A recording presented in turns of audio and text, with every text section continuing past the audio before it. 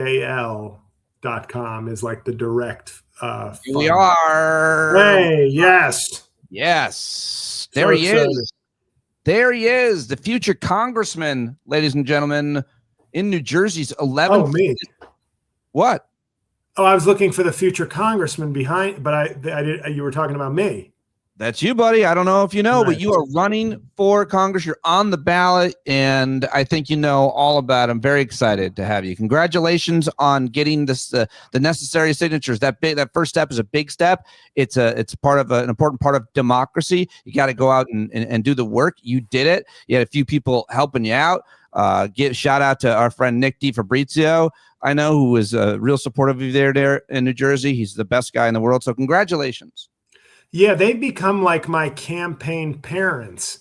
They've been to multiple events and driven me home multiple times. So it's the humbling thing about this, and I think, you know, I'm trying not to speak in cliches, but it's the same thing as a comedy career. When you're struggling or this or that, and then like 15 people show up to a show, you're like, wow, that's amazing that you put your faith in me.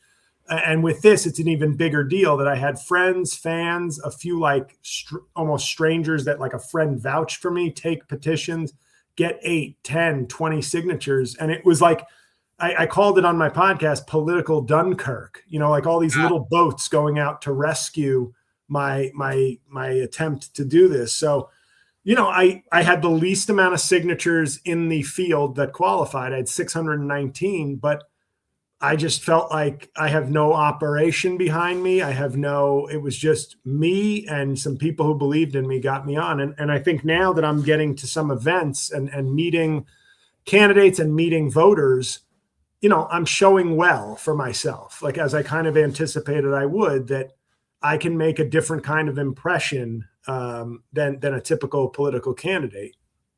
I think that's why so many of us thought it was an amazing idea. And I'm really excited that you're doing it. There are 10 or 12 candidates or something like that. And there are some that are kind of front runners. They have name recognition. They have money. They're elected leaders already. And tell me a little bit about the field and how you're feeling right now. You've already had a couple of events, and we kind of knew this, those of us that are fans, friends, supporters of yours. If you got an opportunity, if you put JL on the stage with all of the rest of the candidates, and they all have equal time to prove themselves, JL's going to come out looking real good because he's a great performer. He's a convincing guy. He's super smart. If he can combine that in a message, a short message or whatnot, people are going to like it. And I know that's what's happened. So tell me about the field and how you're feeling here at the very beginning. I wake up every day at about 5:15 with no alarm. And by 5:45, I am in a deep state of panic. So that's the energy that wakes me up every morning. And it is my day job, which I am still doing, is very stressful. But this has added a new layer of stress because, and I've said this to you before, I think maybe not on air, maybe on air, it is very weighty. Like, this is public service. This is a big deal. I am not concerned. And it's to tell you, I'm not concerned about the little things like, what if they discover a comedy bit that was offensive? Now that I'm in it, I could care less about that. I want to meet people. I want to get my message out. And like, you keep worrying every day, like, am I doing enough? That said, the leaders of I think the 3 leaders in the race in sort of order would be former Congressman Tom Malinowski, very bright guy, very sharp guy. You know,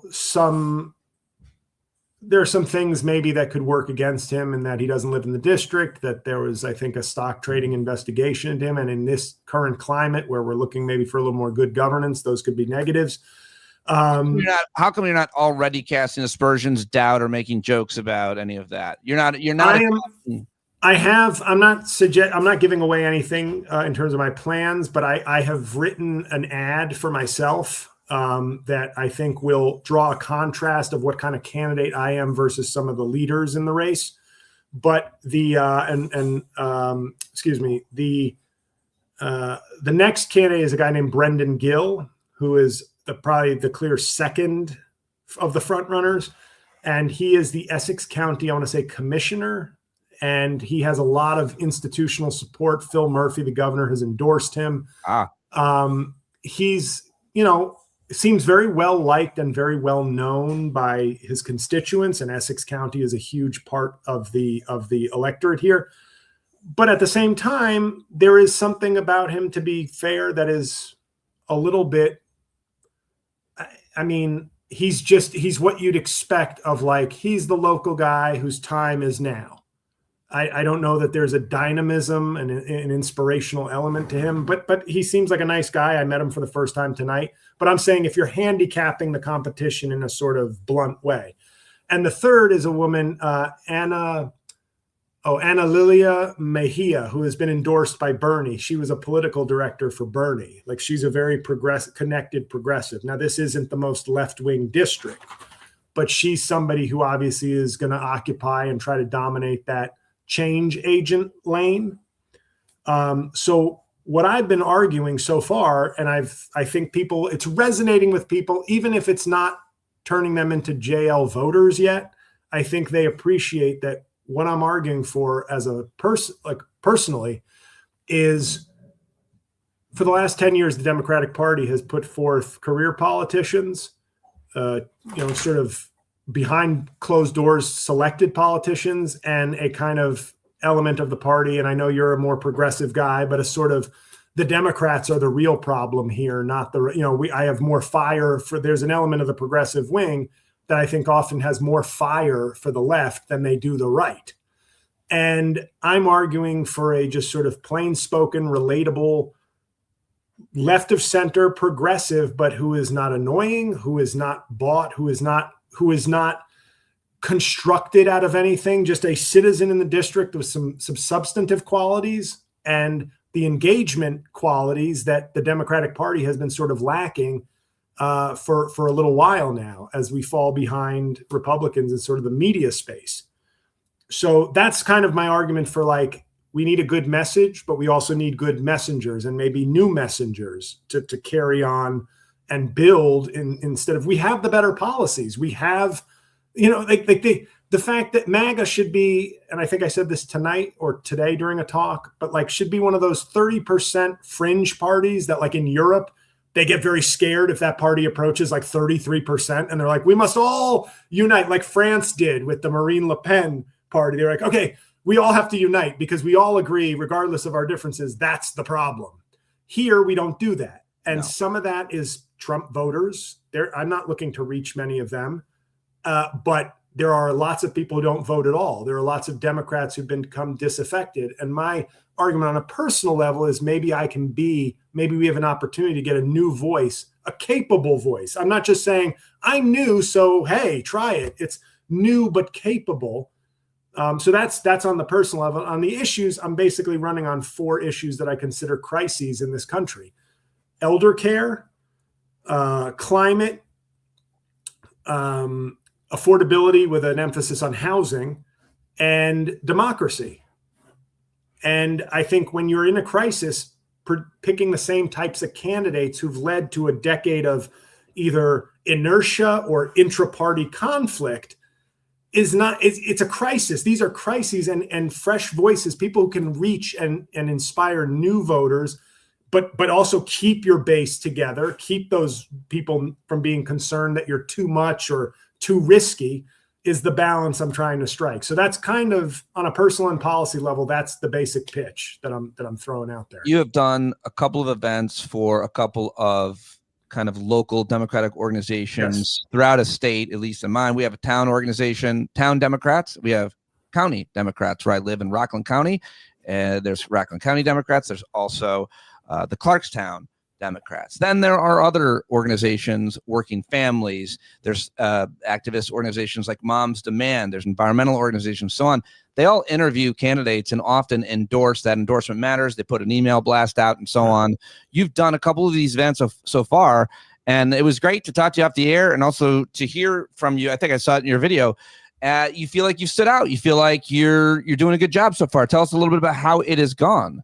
Yeah, I think to be totally honest, I'm sure there's a slight element of lowered expectations at this point for me because, even my fans half the time don't know my academic or professional qualifications and experience. They know me as a somewhat smart comedian, and they go, "Oh, very interesting. You're getting involved."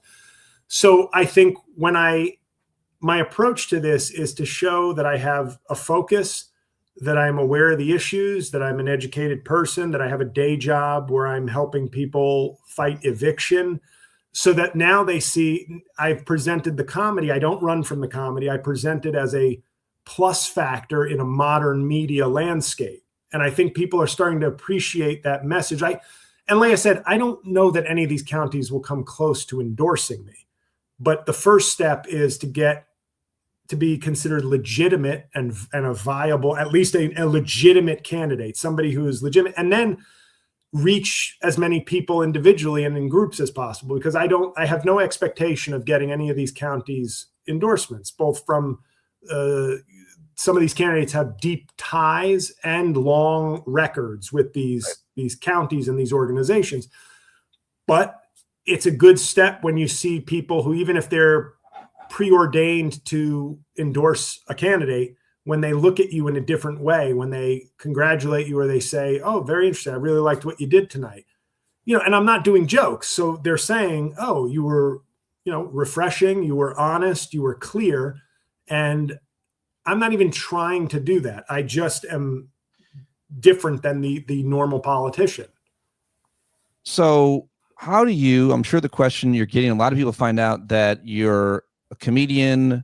It's interesting how people are learning about you for the first time. They find out that you went to Georgetown Law, right? That you worked for the government, Department of Justice, right? No, local prosecutor. Local prosecutor. Certainly the work that you're doing right now, I feel like must be pretty important to your character. This guy's day job is advocating for people and housing and preventing them from being evicted. And then they hear your message, and then they see how tall you are, which means something. I don't know if that means anything. How do you get around, or how is the question, how are you handling the question that it's not a serious campaign because you're a stand-up comedian over all that? After the first batch of articles, when I just announced I was running and I was interviewed by a few places, I haven't gotten that question since. I think now getting the signatures, and then by the time you hear me speak or address issues, there just isn't a question. It's like, clearly there's no gimmick here. I don't give off gimmick when people see me. I make them laugh a couple times, but there's nothing wrong with that. But it's not. Nobody questions me once they've met me. They understand that whether I'm their candidate or not, they understand I'm serious. What's the pathway? The primary is in June. There are no. The primary is in February. It's a special election to fill the seat. So the primary is in 2 months. So we had a very, very short amount of time to build up to get the signatures. And then that obviously filters out people from wanting to run. There's a lot of other things that prevent people from running for a seat like this. But in a short campaign like this, those issues come up and weed people out. I'm glad it didn't with you. You got the necessary signatures. Between now and February, what happens? So many different events. How does the field get winnowed down? I'm sure to some extent. How much money will people be raising, and how much money is your goal? Like, and obviously we want everybody that is listening to donate. I've already donated, and I donate to no candidates, and I don't because I try to fashion myself as an objective journalist to a certain extent. I'm real transparent about it though. And so I did donate to JL. I donated $75,000. That's fine. Okay, so I guess that hasn't cleared yet. For me, the process now is basically a sprint for 2 months where you're trying to do 5 things a day. You're trying to make contact with donors in some fashion. I've already written my ad. I have to get that made. I have to get photos done, like for flyers, and to bolster the website. So there's a lot of cosmetic things, and all that time studying, boning up on some of the intricacies of some policies, constant messaging, and then constantly making sure that I'm invited to as many of these forums as possible. And then we're going to hit a point where, hopefully by Christmas, I will have made a name, like, in other words, made a name. People are aware of me, whether that's through advertising and or events. And then it's going to have to become, much more hardcore after that. If I'm viable post Christmas, then it's keep raising money. But now I think once I have people's attention, I think I'll be able to do something. But the issue for me now in terms of selling myself to people is the kind of, how we always say, everybody hates their congressman, or everybody hates Congress. Everybody thinks we need to change Congress. There are horrible approval ratings and everybody's congressman gets reelected. I just want to let people know you can trust me with the job. You can trust that I'm capable of it. And you can trust that I'm a regular person. And you can trust that I have different skills that the Democratic Party needs right now. That's the sort of three-legged stool I'm trying to run on, which is you can trust me with the job. If you're a progressive or you're worried about my credentials, you see I'm a lawyer. I have a sort of regular day job I'm an educated lawyer, all that kind of stuff where you go, okay, if we're going to take a risk on a first-time congressman, he certainly seems to have a background that isn't a giant leap from becoming a lawmaker. But if you're looking for something different, I think even someone like Mejia in the race is a, institutionalized Bernie-backed candidate. Not saying that's bad. I'm just saying the outsider, my joke that's been doing well is when I say, a lot of these people are calling themselves grassroots, then I think my campaign needs to be called soil-based because I'm certainly under whatever they're calling grassroots. I like that. But it's also the truth. It's like it's buzzwords and all this stuff. Like I am, we're out here, a very small group, just believing still in the idea that a man or a woman who lives in their district, who has some skills and has a desire to help and wants to get involved, can get involved. And I'm in this to win it, but I also am in it for the process and to say, I need to believe that I have a chance as not just as a candidate, but as a citizen. I want to believe that, yes, not everybody can do it, but maybe I have enough insomnia and toughness and talent that I can make a go of it. The hardest thing is to not make campaigning, especially in this short span of time you have, your full-time job. And you have a full-time job advocating for people that to prevent eviction, housing. And how do you do it when you're running against people who don't have that? And for whatever reason, they have money, they have health insurance, they don't need a job. Their job can be campaigning. That to me is the main issue that stands in the way, obstacle for people, ordinary people, as you described them, from their own town running for office. Because, you got to have a job, but your job also needs to be campaigning all day, every day. Yeah. And there may come a point, obviously, both between my work and my campaign manager, it seems that if we make the leaps we hope to make, that January might be a different situation. And I might have to ask for like an unpaid leave. But for now, I just think the reason people have put faith in me about this case, about this race, but I also have a responsibility to other people that's very serious. And if I'm in a position where it becomes, hey, you're in striking distance or you have a shot, the opportunity to be a lawmaker and do things at that level for the people that I help and work with, that's worth the risk, because maybe I can do much bigger things and help many people in that situation.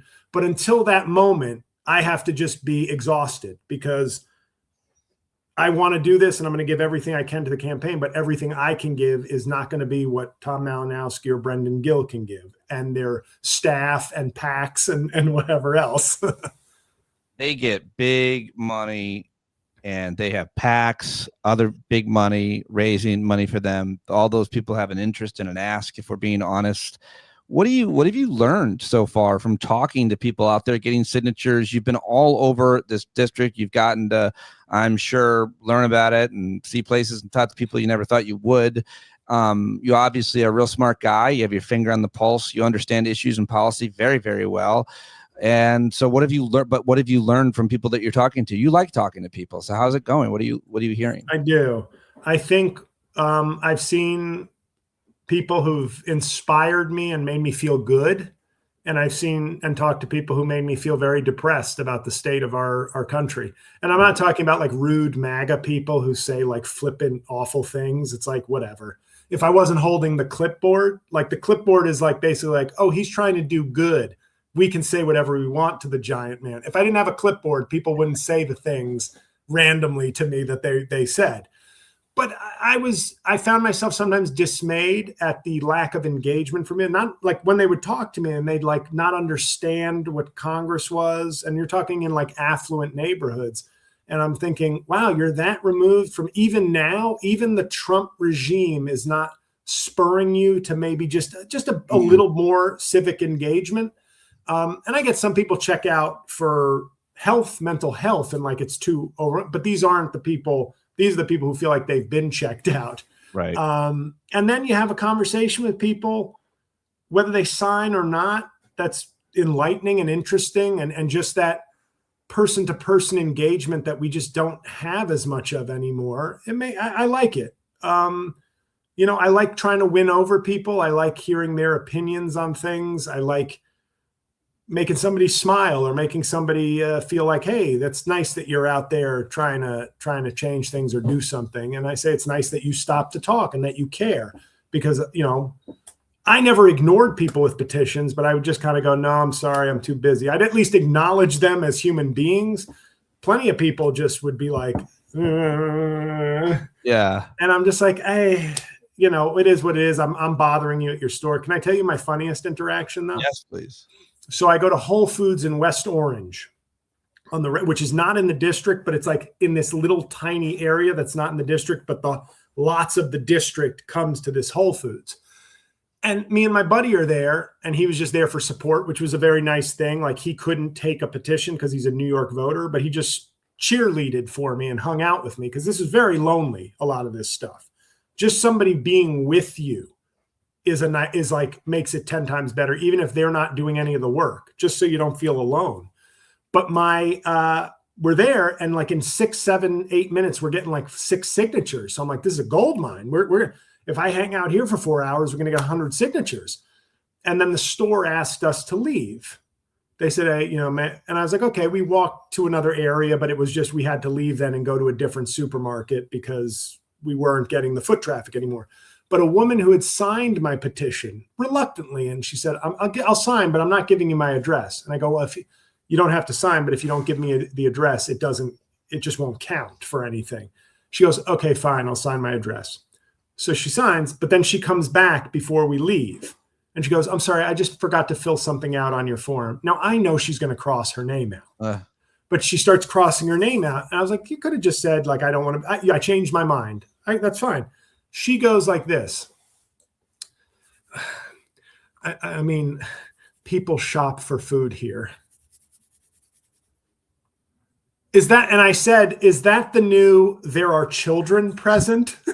What do you mean people shop? You're crossing it out because I violated the sanctified space of a supermarket parking lot? It was such a weird, if she had just said, I changed my mind, I'd be like, absolutely. You don't want to be on a list or on a thing. Fine.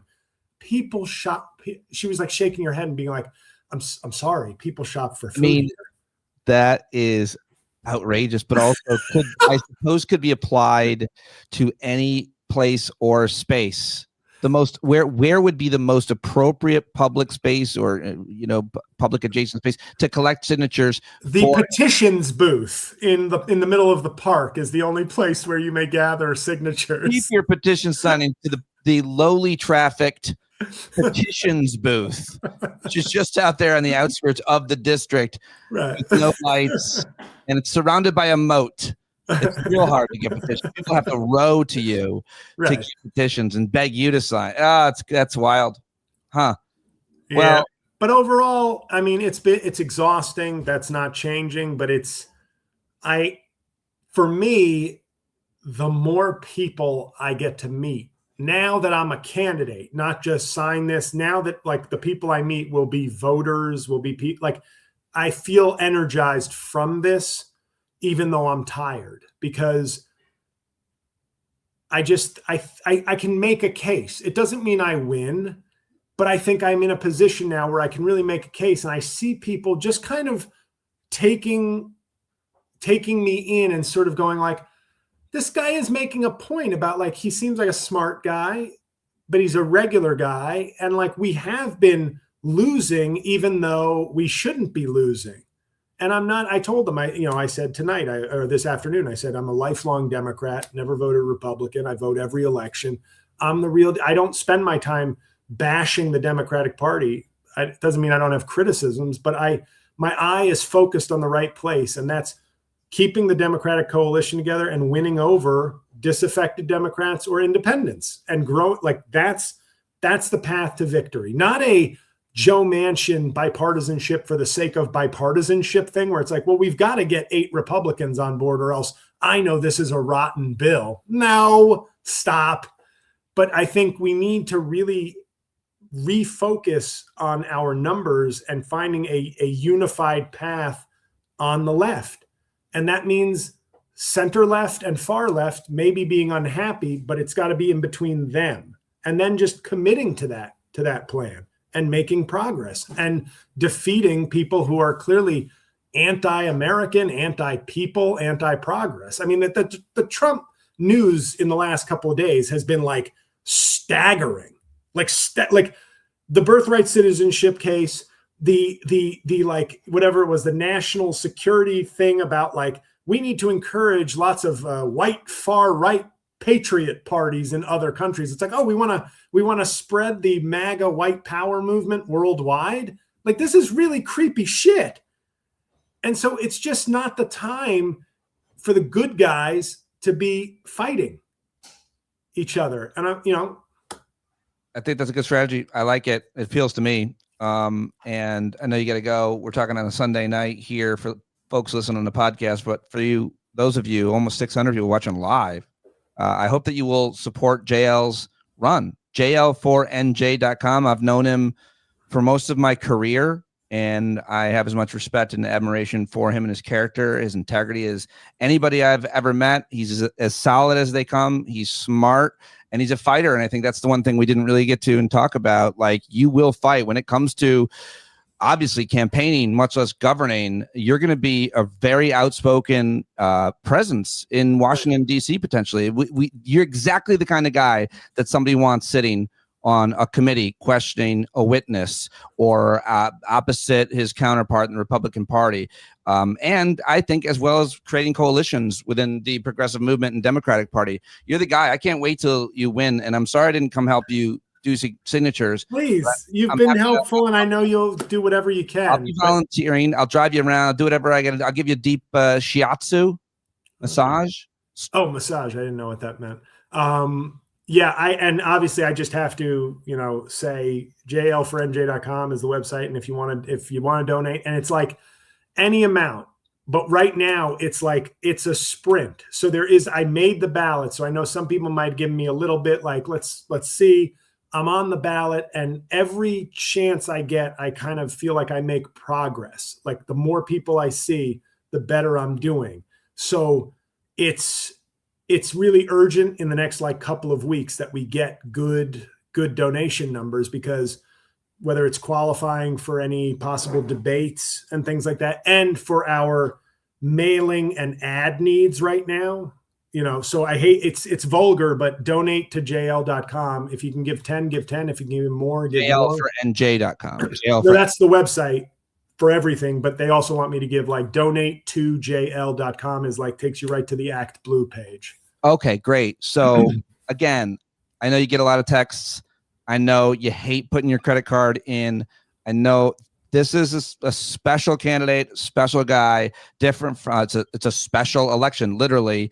There's very little time for JL to do this, and it would be just so unbelievable if we could get you some money tonight. And I was told not to make my ask for the special election. I was going to call it my special needs, but then they said that was not good. Yeah. I think that's probably a good advice, right? I think so. I had to get one. I'm sorry, anybody who doesn't know that I'm a comedian somehow. I have to get one irreverent joke in. So sorry. Very excited for you. And thank you. And the text, I remember I complained to you about text, and it was the only time I was complaining about text was not really you, but you had the misfortune of being one of like 30 people who was like, how are the signatures? How are the signatures? Because people, when you do something new or you put yourself out there, people get very interested in being part of it. But my hands were frozen and people were like, how many signatures? I'm like, well, some guy just told me that he doesn't vote for baby killers and my hands have frostbite. So don't text me.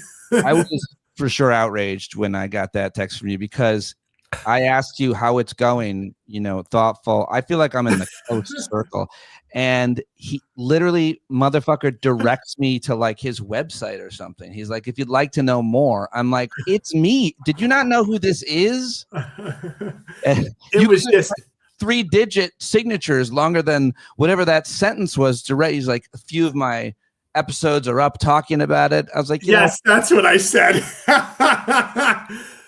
No, but I was like, I can't believe I didn't get sick.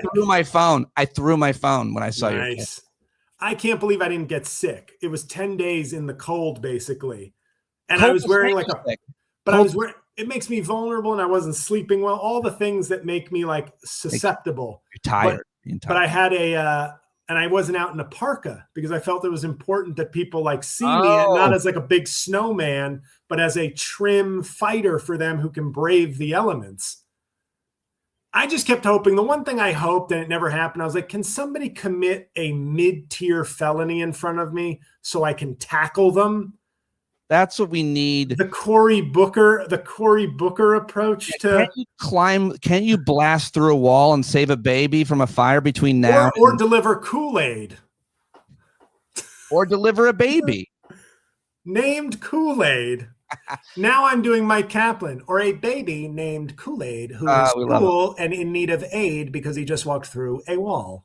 JL4NJ.com. Mike Kaplan Shout. We love it. Thank you very much for joining me. Everybody watch it live. Go donate right now. Sunday night is one thing that you can do to feel good about your weekend, to feel good heading into the week, is give JL $5,000 or $5,000. Or anywhere in between. But the number of donors count, the local donors count, and the amount counts because we're going to put it to very good use. Fucking go. Good night, everybody.